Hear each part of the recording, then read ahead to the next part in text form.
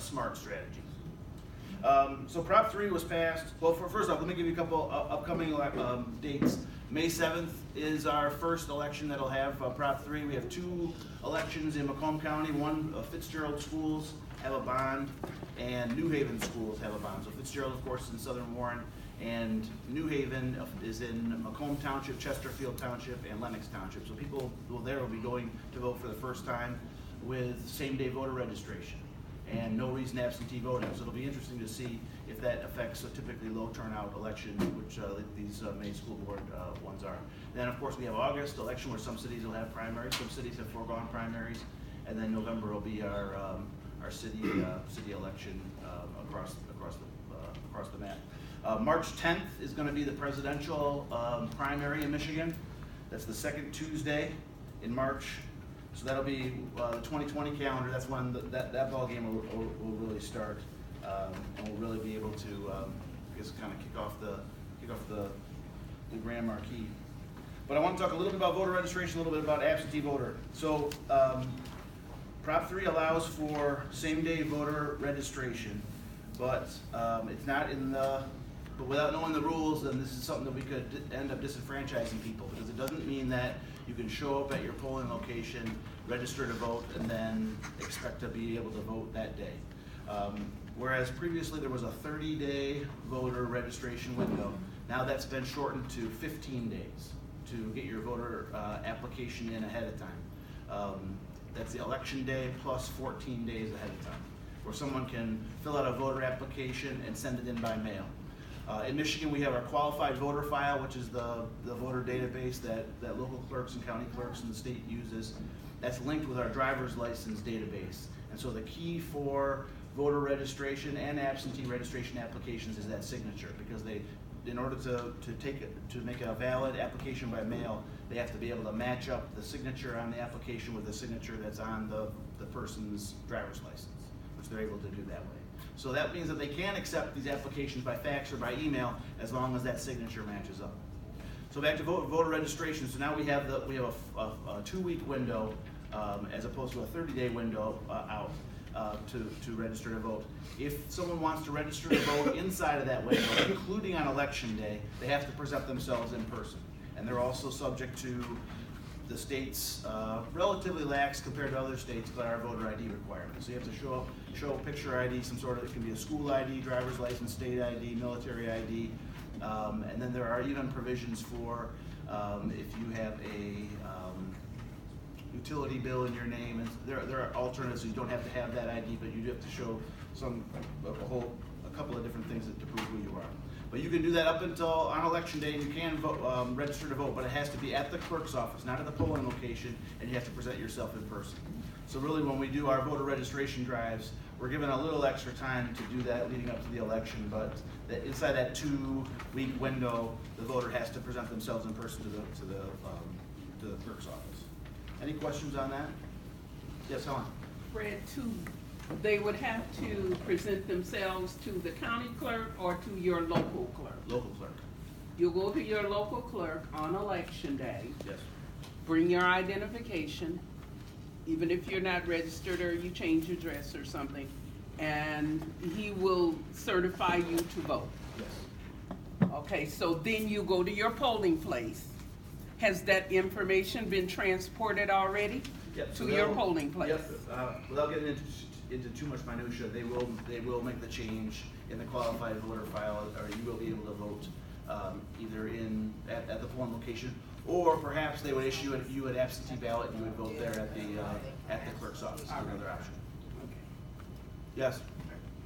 As a pastor of the church, I think one of the things that would be important is that all of the information you just said be put into some type of form that we can give out to our parishioners, and then we can make sure that our parishioners understand step by step. And then as a pastor, we can go through it step by step on what we call when the pastor speak to the congregation, step by step, and tell them what they have to do. Because if we can get it into the churches, and the churches could pass it on to their congregation, it'll be a lot more easier and more understanding, so there won't be no confusion on what you're saying. So if Fred, if we can get that out to the churches in a nice A one-pager, yeah. one pager, Yep. that will be like a godsend to most of the churches, and that will let them know what has to be done. I hear you. There are some materials available online at the Bureau of Elections, but nothing that I've seen that is quite where it needs to be. But yeah, we will work on that. That's an excellent suggestion. Yes. And your friend also, I would say, like to the clubs, you know, because I'm writing down this information and I kind of try to keep up on what's going on, especially with the voter registration. And some of these things I didn't know, so making sure that our Democratic clubs have it and, you know, some other organizations have it, like he was saying in the one pager, so that when people ask us, your precinct delegates, so as they're going around when people, and they're talking to people, they can explain to them, because it is confusing. I'm finding that most people think Prop 3 only means that you can get an application to vote without an excuse. But you know, from what you're explaining, you can vote the same day. There's other things that's entailed in that. I would love to have it so that I can make sure that my people in my precinct are aware of it. I hear you. I'll work on it. Yep, absolutely. Yes, sir. Yes, and just to piggyback off Pastor here, the proposal should be done in, written in layman's terms, because we find it hard as precinct delegates to explain the proposals, different proposals, because there's so much jargon is in content, but we can't explain it because it just needs to be simplified. Yep, I hear that. I hear that. Yep, if we can boil it down to like the simple steps of what you can and can't do, and what this means for changes, I hear that, and I'll. I haven't seen it. I haven't seen something yet, but I gotta believe there are people who are smarter than me that are working on it. However, that being said, I'll take it on a responsibility to try and figure something out for us. Thank you, sir. Yep.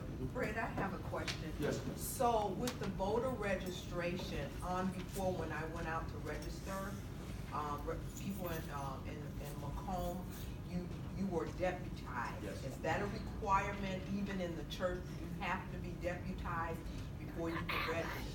That's an excellent question, and one of the changes. So it's my understanding that you do not have to be deputized to do the voter registration anymore.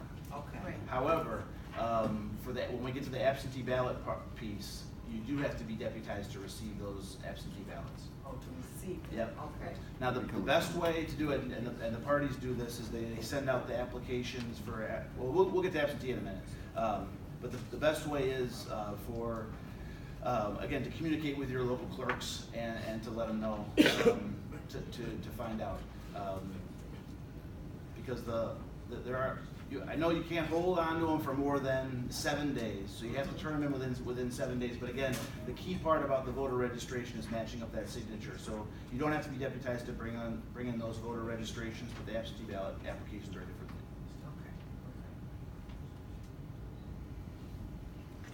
Okay. Yeah, are you gonna allow 16-year-olds to work at the polls? Yes, that's a great question. So, two things about underage voters. Now, we are allowed to pre-register people who are 17 and a half years old. If their birthday, if they will turn 18 by the time of the election, so 17 and a half year olds, they can register to vote, process their application, same as you would process any other voter application. That gets entered in by the clerk, and then they will automatically be added to the voter roll on their birthday. So anybody who has like a June, or I guess a March birthday in 2020 can be registered and vote in the November 2020 election. But in terms of working the polls, not working the polls for a candidate, but working the polls inside the election, they actively. There's a lot of discussion at my training about, and Paul can speak to this. It's hard to find really good people, and it's getting more and more with these changes. Candidly, we have a lot of people who have been doing it for a lot of years, and maybe the changes aren't going to be. It's hard to change, right? And working with computerized machines. So absolutely, there is a statewide effort to really recruit young people to be poll watchers and election officials in the polls. So if you have young people in your family or in your sphere, absolutely talk to your local clerks about getting them signed up, because it sounds like almost every local clerk is always looking for good poll election officials. Terry? Are they paid? Yes, they are paid. I don't know off the top of my head. You don't know, do you? I know one's the highest. There you go. I want to say one thing too. We are in a transitional phase right now with election workers. There's so many that are afraid to use the electronic poll book. I know in Warren and other cities, we've used students from De La Salle, Mont Centerline that they're involved in their IT programs. They work out fantastic. They really do. It's a great way to expose young people to the democratic process here and then here. Yes. Are we gonna be able to register Clinton Township and Mount Pleasant, or I can only register people in the city that I live in? You can register anybody anywhere. Anybody anywhere. However, that application, it can come to me as the county clerk, and then I would distribute it to the local clerk. So if it's easier for any efforts that we're doing here, you can bring them to my office. However, they end up just getting routed back to the local clerks. The local clerks are the ones that actually do the entry into the qualified voter file. Would you recommend we take them to the local clerk or bring them to you? It depends on where, how long you hold on to them for. If you have them for, if you register them that day, like a big event, and then bring them on, big event on Saturday, and you bring them to me on Monday, we can do the triage. And if they're people from all over the county, but it always is best to get them directly to the local clerk, because that's where they have to go anyway. Helen, yes? Do you have a liaison to the high schools in this county? There's so many 17-and-a-half-year-olds that, or have you done, maybe an announcement that we are hiring 17-year-olds, tech students and whatnot? You know, we want our public schools involved as well as De La Salle and Cardinal Mooney and all of those schools. It's a great point. And again, I'm trying to find my way in my role, because as Paul could probably speak to, I think that the previous clerks, you know, talking about Carmela and before had a real strong relationship with the local clerks. However, I have to defer to them, because that's their lane. And so, well, I think that some of them would appreciate that, and there's a need, but I gotta step gingerly about in terms of recruiting the poll workers.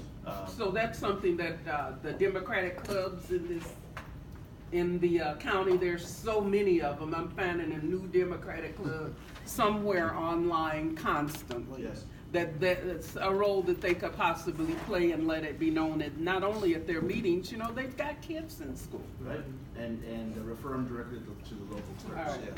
Yes, sir. Fred, how close are we to the point of where 17-year-olds will be able to vote at 17? Or has that been further? So I had the really good fortune to be at a thing called the Mikvah Challenge, Soapbox Challenge, which was this great thing at the DIA yesterday, but that was empowering young people to get up and speak about issues that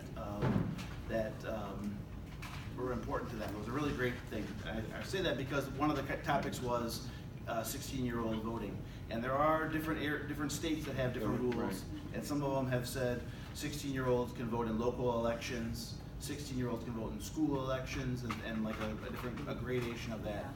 But the most compelling thing that I heard, and frankly, I kind of, maybe this means I'm getting to be an old man, but I thought to myself, you know, I don't know that a 16-year-old is necessarily ready to make decisions of this importance. However, the most compelling case that was made to me is that if you can get people engaged at 16, 17 years old, they're creating habits that'll make them a participant in democracy going forward, and you got to learn those habits early on.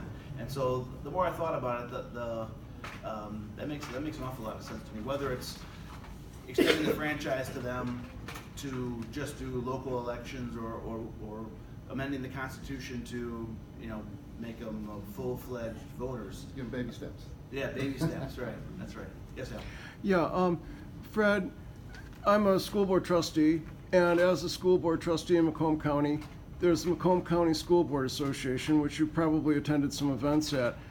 I think it'd be great if at one of our monthly meetings, you held forth on pretty much the same topic and getting the civil and civics involvement of students, and that they can actually get paid for doing it is a plus. So I hope if you want help getting a hold of them, I'll be glad to do that. I appreciate that. Sure. I did have a conversation with Mr. DeVault about it, but it was in the context of helping school board members understand the campaign finance system, because we wouldn't want that to be a barrier for people to run for school board. But you're absolutely right. Yeah, that'd be a good thing.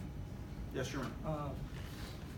If I wanted to vote, I wouldn't have to wait until voting day to go to vote. I could get my voting credentials done earlier. Yes. I can just come to your office, or the local clerk? Local clerk. Okay. Yeah, and we'll get to absentee voting next, as soon as we get all these questions taken care of. But yeah, that's that's, in my mind, some of the most exciting changes of Prop 3. Yes, Bertie?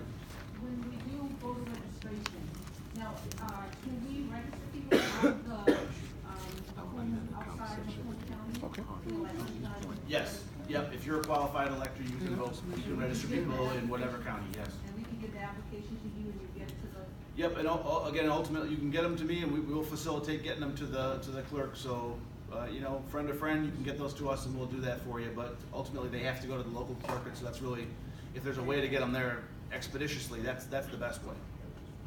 But either way, yeah. Okay, voter registration, let me see here. Okay, I want to talk two important things, which Democratic activists probably already know this, but there is this perpetual myth out there that people who have felonies on their record cannot vote. Please scream from the top of the highest treetop. That is absolutely a misconception. That is absolutely not true. The only people outside of who have the other qualifications, 18 years old, citizen of the United States, etc. The only people who cannot vote are people who are incarcerated post-conviction. So if you're doing time for a crime that you've been convicted of, you cannot get an absentee ballot sent to you in jail. However, if you are incarcerated pre-trial, you're being held over for trial, you can vote, and you can get an absentee, you can vote absentee in jail. But there is, and I encountered it, and I'm sure other politicians do, other folk who are talking to people in the community, there is this persistent misconception that a felony record precludes you from voting, which is absolutely not true. And at my training, they acknowledge it. They don't know where, but it really is. It's a real thing. It's a real thing out there that people believe it, and it's absolutely not true. Yes, Mary. In 2016, a number of people, I was told, were turned away because they were wearing tethers, wearing tethers, and they could not vote. Now, what's the policy regarding that? If they're out, they should be able to vote. Let me say it again. The only people who would be otherwise eligible to vote, meaning that they're a citizen and they're 18 years old and all the regular requirements for all of us, the only people who would not be eligible to vote are people who are incarcerated post-conviction. So if someone who has been convicted of a crime and they're doing their time in jail or prison, those people can't vote. Anybody else, even if you're in jail pre-conviction, being held over for trial, you can still vote, and everybody else is on the outside. You've paid your time, whatever, you can still vote. So if someone was turned away because they were wearing a tether and someone thought they couldn't vote, a poll worker, I guess? What should the tethered person tell the poll worker? I mean, I think, I mean, we're really getting into the minutiae here, but if there's somebody who feels like they are at the polling location and they are turned away, they can demand to vote a provisional ballot. Provisional ballot. Okay. Provisional ballot, or there's two different kinds of like other ballots. Basically, provisional ballot, and say I want, so that way you can at least have your ballot in there. You talk to the clerk and figure out the circumstances, but they can and they should insist upon their ability to vote that ballot at the poll. Yes, sir. Is it also a myth that dishonorable discharge can vote? Yeah, absolutely. Yeah. They've been spreading that lie ever since I've been in the military. Fred, are you Raymond, training I'll your double poll check on workers? that. I'll double check on that. That was not a subject at my training, but again, all I was told was that post-conviction incarcerated are the only people that cannot vote. We didn't talk about dishonorable discharge, but I have no reason to believe that that's any different. Helen, yes. Are you training your? Okay, the local clerks train the poll workers, That's correct, correct? yes. Well, because in Harrison Township, they are not going to train them and let them know that if somebody's wearing a tether, that they'll be able to vote. Harrison Township has the most distinct and segregated polling workers. Because that's why I vote in public always. I don't do absentee. I make sure that I go to the polls so that I can see. Coming from the NAACP in Detroit, we did that. We had poll workers and people, and Ruthie knows, we go in person so we can see what's happening in our polls. Harrison Township is just terrible when it comes to being welcome to vote. You walk in there and they're saying, oh, why are you here? What do you mean why I'm here? I've had my problems with them. I'm here to vote. So, we gotta do something about that, you know? First off, let's elect a Democratic clerk in that crazy That's where it starts. township. I want to say something about homeless voter registration. Homeless people can vote on the voter registration.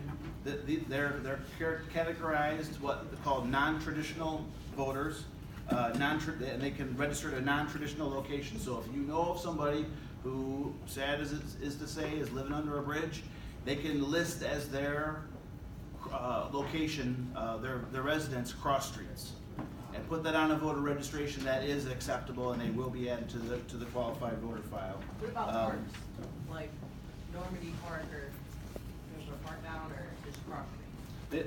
I was told cross streets, but you know, I think if you put that in there, Normandy Park at you know, Little Mac or whatever that is, yeah, that is acceptable. Now, they you know, it does present the problem in terms of receiving the voter card or the registration and having a mailing address, but they have, if we're talking about people who are marginalized and it's in this last window before the election, you know, you can get that. You can take them in. They can present themselves to the clerk and register with cross streets and not a mailing location. Yes. Wasn't Salvation Army using their site as an address for people with no address as well? I did not know that. Yeah. All right. Great. All right. Any other voter registration questions before we go on to absentee voting? You say what you can't do. I can't say what you can't do, but something that we can't do that's illegal or. Well, let me get into the absentee voting because there is some stuff about that. So, really, we have tried to get early voting in Michigan for a while, and like other states have it. And really, with Prop 3, we have a version of early voting, which could really be exciting in terms of getting voters to vote. For the first time, local clerks have to be open the weekend before the election for at least 8 hours. It's not a big window, but it is a definite window. They have to be there. And it can be 8 hours on the Saturday, it can be 8 hours on the Sunday, it can be 4 hours on each, and they have to post that publicly so that everybody knows it. And that'll be in the QVF, and so any election official will be able to tell people in their local community what their early voting is. And a voter can go in, request an absentee ballot, and then vote the ballot there. So it really is a form of early voting, albeit a smaller window than maybe some of the other states. Is that just November? That's for any election. So starting with this May 7th election, the local clerks are identifying their 8 hours that they're going to be open ahead of time, and we'll have to be open and have to staff it and all that kind of stuff. Now, a little bit of confusion about whether or not they can do remote sites. I think it was written with the intention of the clerk's office is open, but you know, as we talked about at the training that I went to, it presents a big challenge for some of these up north counties who the county clerk staff maybe just 2 people, you know, or in the local, let alone the local townships, it's a clerk that runs the office out of their house.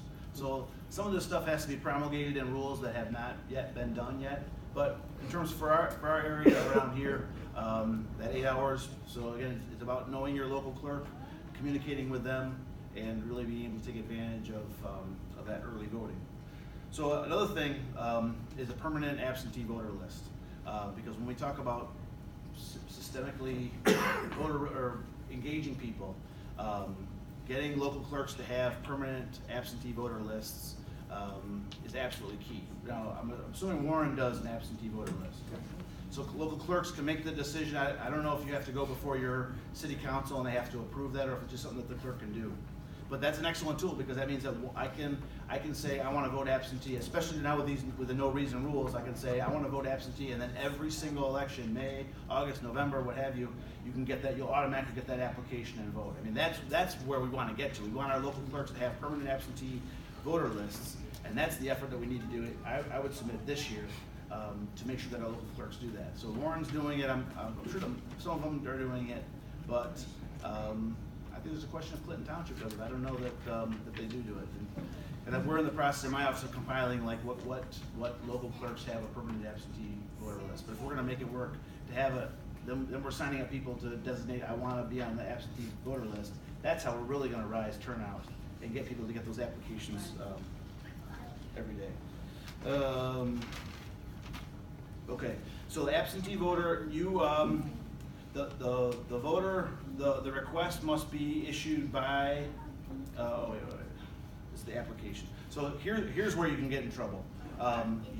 We should not be handling, I should say, you, not as election administrators, activists and people who are working on turnout should not be handling absentee applications. You should, this is where deputizing comes in, because the only people that can be handling absentee applications are family members, people who live in the household, or specific designees. But this is where deputizing comes in. If you're deputized as a deputy elections official, then you can collect these and then turn them in. And this is probably where it would work out best if we worked out a system where you guys would turn, we could deputize your designated people who are going to be working on this. And then you can turn them in to us, and then we can get them to the local clerks. Because that way you're and then again, it's all about that signature. Every absentee application has to be signed, and it has to be matched up with the signature that's in the driver's license database. So that's the most key part. Here's how we did it for Yeah. 9th District. We had one designated person, and she was previously a city council member, so she knew all the requirements. So we all walked, we were deputized, and then we turned in our sheets to her, and she made sure she reviewed them to make sure that they were correct and turned them in. So one person really turned them all in, so make sure that they were correct to Macomb County. Okay. Yeah. Now we can, you can issue, you can request an absentee ballot up until 5 o'clock on the Friday before the election. You can request it by mail. So if you get your application to vote by mail, or if you're signing up people and then they send their applications in, it has to get to the clerk by 5 o'clock the Friday before the election day, for them to get a ballot.